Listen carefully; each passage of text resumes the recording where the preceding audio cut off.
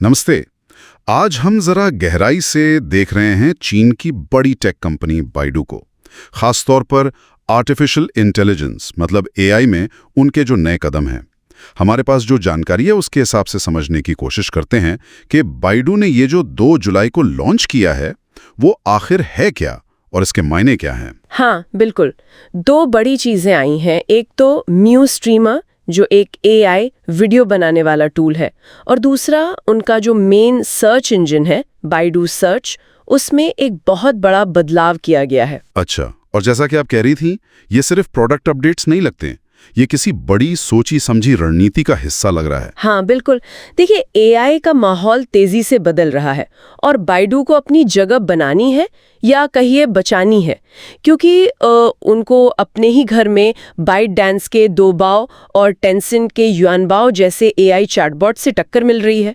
और ये भी ध्यान देने वाली बात है कि उनकी जो ऑनलाइन मार्केटिंग कमाई है वो Q1 2025 में 6% गिरी थी, तो दबाव तो है। तो ये सब जुड़ा हुआ है। चलिए पहले म्यू स्टीमर की बात करते हैं। सुना है ये तस्वीरों से वीडियो बना देता है। हाँ, ये एक इमेज टू वीडियो मॉडल है। मतलब आप एक तस्वीर दीजिए और ये उससे 10 सेकंड तक का वीडियो क्लिप बना देगा। अरे वाह! लेकिन इसमें सबसे दिलचस्प बात यह है कि ये आम लोगों के लिए नहीं है, ये खास तौर पर बिजनेस के लिए है, B2B।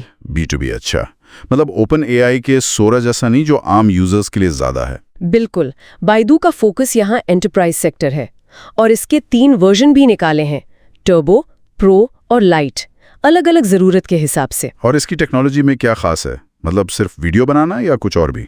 इसको बनाया है बाइडू की कमर्शियल R&D टीम ने, और ये उनके हुईशांग वीडियो प्लेटफॉर्म से जुड़ा हुआ है। बाइडू का दावा है कि ये चीनी ऑडियो और वीडियो का एकीकृत उत्पादन करने वाला दुनिया का पहला वीडियो मॉडल है। दुनिया का पहला चीनी ऑडियो वीडियो? इसका मतलब क्या हुआ? चीनी बाजार के लिए हो, भाषा, लहजा, शायद वहाँ के सांस्कृतिक पहलू भी। यही चीज इसे ग्लोबल कंपनियों पर बढ़त दे सकती है चीन में। सोचिए, एक छोटा बिजनेस अपनी प्रोडक्ट फोटो से चीनी भाषा और अंदाज में वॉइस ओवर वाला वीडियो ऐड बना ले, एकदम रेडी टू यूज। हाँ, ये तो वाकई बिजनेस के लिए बहुत काम का हो सकता है। अच्छा, बातें हैं बाइडू सर्च के बड़े बदलाव पर। कंपनी कह रही है कि यह दशक का सबसे बड़ा बदलाव है। क्या है इसमें नया? इसमें जो सबसे मुख्य चीज है वो है इंटेलिजेंट बॉक्स। ये अब सिर्फ एक सर्च बार नहीं है, सोचिए ये एक तरह का एआई कमांड सेंटर बन गया है। अब इसमें आप 1000 से ज्यादा चीनी अक्षर लिख सकते हैं टेक्स्ट इनपुट में। वाह! और साथ ही फोटो, आवाज और वीडियो से भी सर्च कर सकते हैं, मल्टी मोडल इनपुट। अरे वाह, 1000 अक्षर और मल्टी मोडल भी। हाँ, और इतना ही नहीं, यूजर सीधे इसी सर्च बॉक्स से एआई से कुछ लिखवा सकते हैं या एआई से कोई तस्वीर बनवा सकते हैं। मतलब सर्च करते करते ही कंटेंट भी बना लो। ये तो कमाल है। तो ये सर्च इंजन से ज्यादा कुछ बन गया? बिल्कुल सही, एक मल्टी मॉडल एआई हब बन रहा है। इसके अलावा एक बाइकन 100 व्यूज फीचर है, उसको भी अपग्रेड किया है। वो अब टेक्स्ट, इमेज, ऑडियो, वीडियो सब मिलाकर जवाब देता है। और एआई असिस्टेंट का क्या? हाँ, एआई असिस्टेंट भी अपग्रेड हुआ है। अब उसमें वीडियो कॉल फंक्शन है, मल्टी मॉडल चीजें बेहतर समझता है और एक वन स्टॉप वर्क स्पेस भी है। और मजे की बात, ये असिस्टेंट सिर्फ एक वाक्य के प्रॉम्प्ट से 3 मिनट तक का क्रिएटिव वीडियो बना सकता है, एडिटिंग वगैरह के साथ। 3 मिनट का वीडियो सिर्फ एक लाइन से? ये तो बहुत एडवांस लगता है। पर इस सब के पीछे रणनीति क्या है? ये क्यों कर रहे हैं वो? देखिए, सीधा मकसद है कि लोग जैसे सर्च करते हैं उस तरीके को बदलना, पारंपरिक कीवर्ड वाली खोज से हटकर ज्यादा एआई ड्रिवन बातचीत वाले तरीके पर जाना। इससे उन्हें उम्मीद है कि यूजर्स ज्यादा देर तक रुकेंगे, ज्यादा इंटरैक्ट करेंगे और जाहिर है जो विज्ञापन वाली कमाई गिरी थी वो वापस पटरी पर आएगी। अच्छा, तो ये एआई का इस्तेमाल करके अपने कोर बिजनेस यानी सर्च और विज्ञापन को बचाने की कोशिश है। हाँ बिल्कुल, उनका एआई क्लाउड बिजनेस तो अच्छा चल रहा है, वो तो 42% बढ़ा था Q1 में, लेकिन सर्च वाला मामला थोड़ा ठंडा था।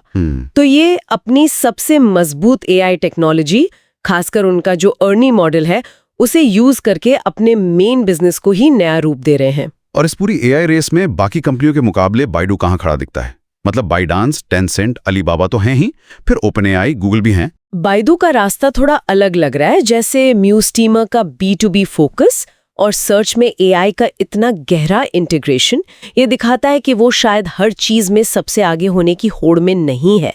वो अपनी ताकत पर खेल रहे हैं, जैसे चीनी बाजार की समझ, उनके मौजूदा बिजनेस कनेक्शंस और उनका अपना अर्नी मॉडल। और एक और बात, वो अर्नी 4.5 को ओपन सोर्स करने का भी प्लान कर रहे हैं। ओपन सोर्स, ये तो बड़ा कदम है। हाँ, इससे चीन में डेवलपर्स का एक बड़ा इकोसिस्टम बन सकता है उनके एआई के आसपास। ये एक रणनीतिक चाल हो सकती है। तो अगर संक्षेप में कहें, बाइडू अपने कोर बिजनेस को एआई से मजबूत कर रहा है और भविष्य के लिए तैयार हो रहा है। सर्च अब सिर्फ जानकारी ढूंढना नहीं बल्कि कंटेंट बनाना और काम निपटाना भी बन रहा है। बिल्कुल। म्यूज टीम का B2B फोकस और अर्नी को ओपन सोर्स करने का इरादा दिखाता है कि एआई बाजार कितना मैच्योर हो रहा है। अब कंपनियां सिर्फ सबसे बड़ा मॉडल बनाने के पीछे नहीं भाग रही, बल्कि खास जरूरतें पूरी करने वाली रणनीति अपना रही हैं। आज की इस पूरी चर्चा से एक सवाल दिमाग में घूम रहा है। जैसे जैसे सर्च इंजन कंटेंट बनाने वाले हब बन रहे हैं, तो क्या सर्च का जो परंपरागत मतलब है वो खत्म हो जाएगा? क्या इसकी जगह पूरी तरह से एआई असिस्टेंट ले लेंगे, जो हमारे लिए न सिर्फ ढूंढेंगे बल्कि खुद ही बना देंगे, खुद ही कर देंगे? जी, सोचने वाली बात है।